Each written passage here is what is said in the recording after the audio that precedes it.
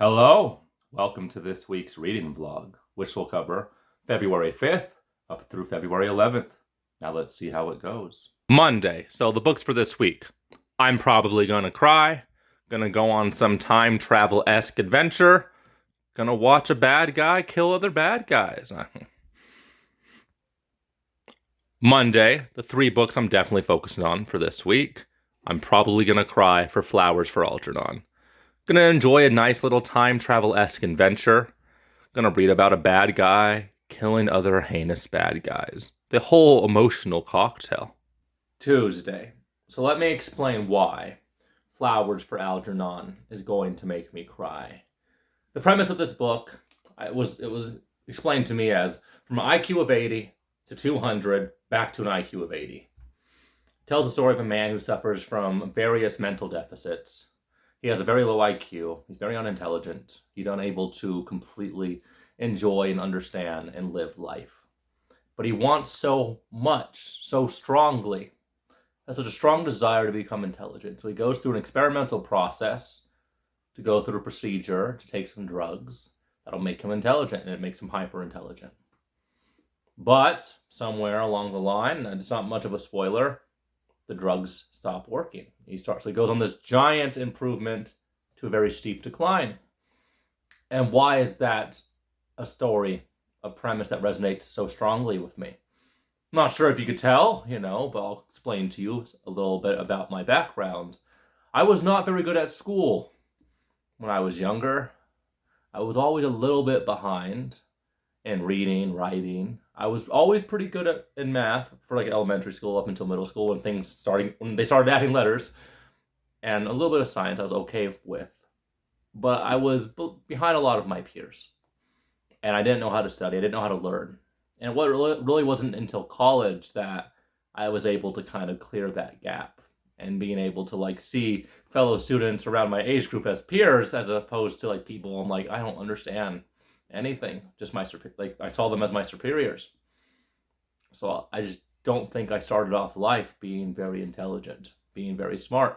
And now I'm a lot more well-read, and I understand a lot more things, and I think I'm of least of average intelligence. I've come so far. And in my career, I'm a UFC fighter by day, reader by night.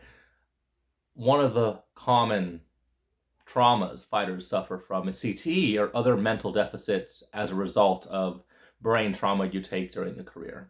And that's one of my worst fears. I've seen, and I've trained with, and I know a lot of people who suffer from brain damage from this sport. And they're not the people I knew 10 years ago. Luckily, I haven't taken any damage, and I'm very careful, I'm very healthy.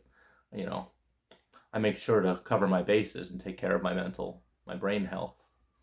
But one of my worst fears is that, in a few years, not too long, it's different when you lose your mental faculties when you're much older, but I don't want to be unintelligent again. Thursday. So, a lot going through my head today. First off, I filmed a book review video for Grave Peril, the third installment of the Resin Files. I basically ranted about it. Maybe not my best work, but I was in the groove talking about this, so link to that video in the description below. I have a love-hate relationship with Grave Peril. But the more thought-provoking things I've been thinking about. So I'm reading Limited Wish and Flowers for Algernon. Limited Wish follows a boy genius. He has nerdy best friends. He's going to Cambridge even though he's young, and there's some time travel elements. And it's YA, but Mark Lawrence is a great author, so he writes YA very well as adult fiction. Flowers for Algernon follows a man of below average intelligence. Genius, below average intelligence. And one thought I had while reading these books is the genius and the unintelligent person are both outsiders. They're both pariahs. They're both weirdos. They're both lonely. They're both isolated. And they have a lot in common, because when you're not like the people you're surrounded by, you're not happy. And it's a lot more clear, it's a lot more prevalent social commentary in this book, but I'm kind of getting that social commentary in this. And that's one interesting thing about reading several books at the same time.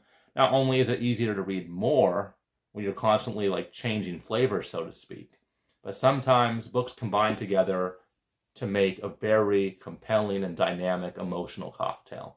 And I'm happy that I'm reading these two books at the same time. Saturday, an eventful day, stressful day. The video for The Pariah was uploaded today, or published today. I like the way it looks.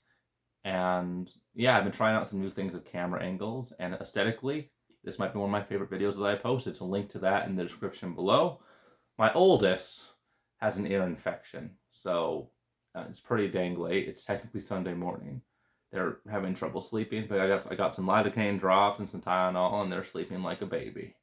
But that hopefully won't be too stressful tomorrow. Flowers for Algernon. I have about 115 pages left. I have not cried yet, but it is a very sombering read. And one thing that's very depressing, this book came out in like 1966 or 67, and I think they could just remake this book in modern times and it would be the exact same book, because I think the way we view those with mental deficits the same way.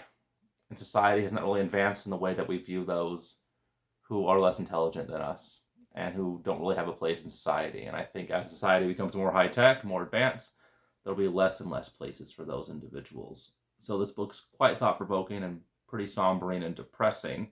I have not cried yet, but we will see if I will cry tomorrow.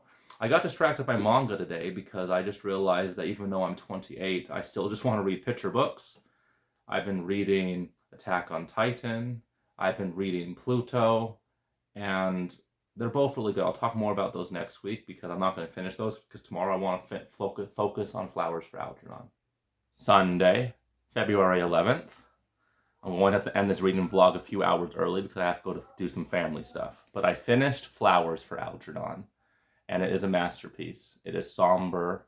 It is sad. I did not cry because I'm not exactly sure I would characterize this read as a sad. I mean, it is sad, but it's like a tragedy of it having a very sad ending. I actually found the ending to be quite hopeful and also kind of cathartic, despite the fact that it ended in a less than satisfactory way.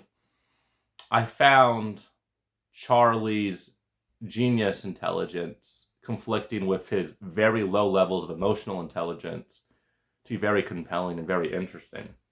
This book definitely is timeless. I can see why it's a classic. I can see why it's award-winning.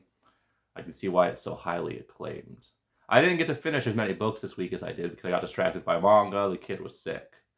But 594 pages altogether. Only 181 of those pages is manga. And next week is going to basically be all Mark Lawrence and manga. So I'm very excited for that week. And yeah, I'm excited to make a video about Flowers for Algernon and why I don't think it's as sad as people think. Thank you guys for watching this week's reading vlog. And I'll see you guys next time.